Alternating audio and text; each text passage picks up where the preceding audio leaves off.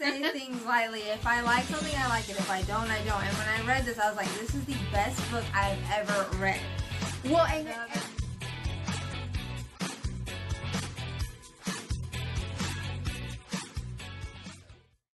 I wrote a new miscarriage book, and specifically, this book is designed for families. It's not a book that's just designed for the mom or just the people who are the adults in the situation. It's actually got basically a children's story in the first half of the book, and then the second half of the book is talking directly to moms, and dads and teenagers, middle schoolers, little children. It has has exercises in it. Okay, so we'll show you the book because I'm not. Hold up. Yeah, this is the proof copy, so it has a lion on the back. Yeah, the proof copy. Look, it's called Love. An elephant never forgets. Little one finds out about miscarriage, and little one, the elephant, is the one that finds out about miscarriage. And so someone was asking me, like, is it a children's book? Yes, it's a children's book. But is it an adult book? Yes, it's an adult book. I said it was honestly, I'm not kidding. I am very picky, okay? She's very picky. She's the firstborn girl. I don't just say things lightly. If I like something, I like it. If I don't, I don't. And when I read this, I was like, this is the best book I've ever read. So very much to me, of course, because I'm a mom, like I said. And whenever I first lost Sarah, I was devastated. And I know some of you all did quite okay after your loss, like you were able to get maybe through it. And I was one of the people who couldn't leave my house. I couldn't eat, clean up. I didn't take a shower. People had to come make me get clothes on. I went to a complete depression. Then I had panic attacks for a few years and things like that. Okay, so this is my son, Tyson. Okay, so this is one of my twins, my 17-year-old son. And so I was talking about the book.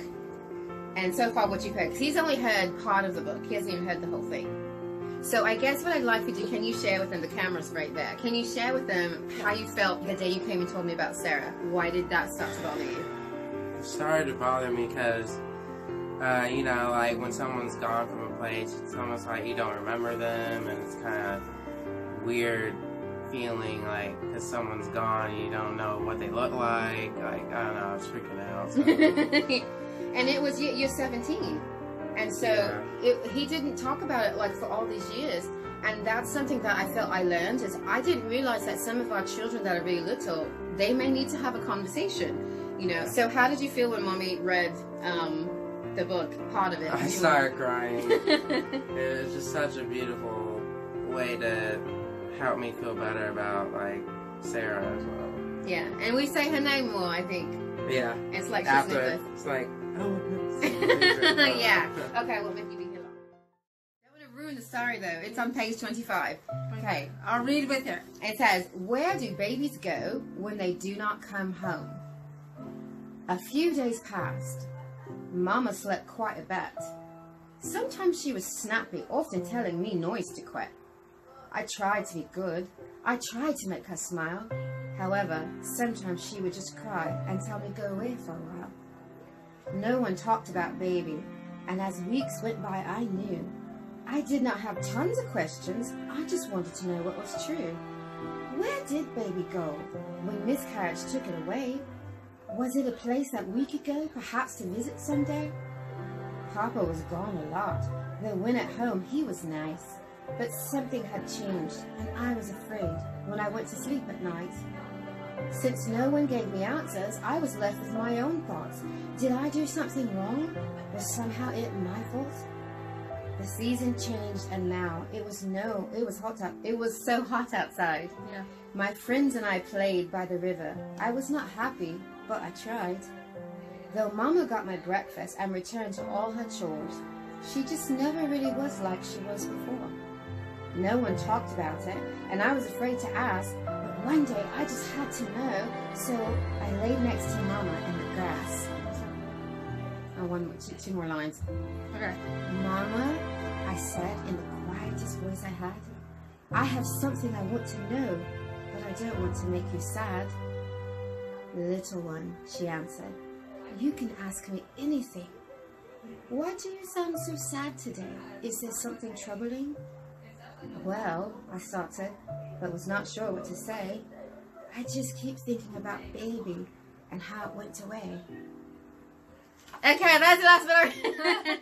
It's so good. that's the first. Because Rose was one of the ones that was on the floor crying. Yes, yes, I was. I was reading the book. And so, and she's, how old are you? 19. I can't believe she's 19. It's just really weird. And so, because I think some people might think that this book is only for little kids. So I want people to understand. I'm trying to translate it for the entire family, for everybody. So what did it mean to you? First, how did you feel about finding out that I had a miscarriage? Or when were you aware of that? Like, what age did you really realize, oh, she didn't have a baby that was supposed to come? I think probably, I know like single digits, definitely. And it was just kind of like, oh, a kid's not here, but it didn't really click for me until like double digits, really, I guess. So not 10 though. Maybe like, I almost want to say last year actually. it's like 18, 17. I was like, man, well, so look at that. What did you feel like? Were you sad? Like, was it just like, what did you feel? I think something she said to me that was so sweet, that was really the most profound thing to me, is she cried and she said, Mommy, I just feel bad I was too little to support you better. Yes, I did say. I was like, oh my gosh, you did support me by being alive, you know, just by being there. But so what is it that this book, when you had it, what made you cry like you did? Like, what made you feel what it? I read so far, She hasn't read the whole thing. She only got, it's only like 3 chapters. Two chapters. I think it was 3. It was 3, because I didn't want to leave you on a sad part. Oh, yeah. Okay, so what was it that you felt in this book that at 19 years old, what was profound to you, or what moved you? I think that,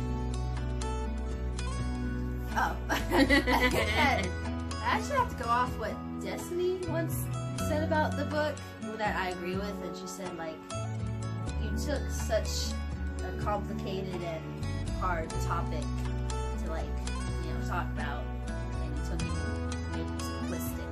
You didn't make it simplistic. Not that it's, you know, not a big deal or anything. It's a hard subject. Yeah. You took and you made it easier. Yes, easier to comprehend, I want to say. Kind of take in everything. Well, I'm glad.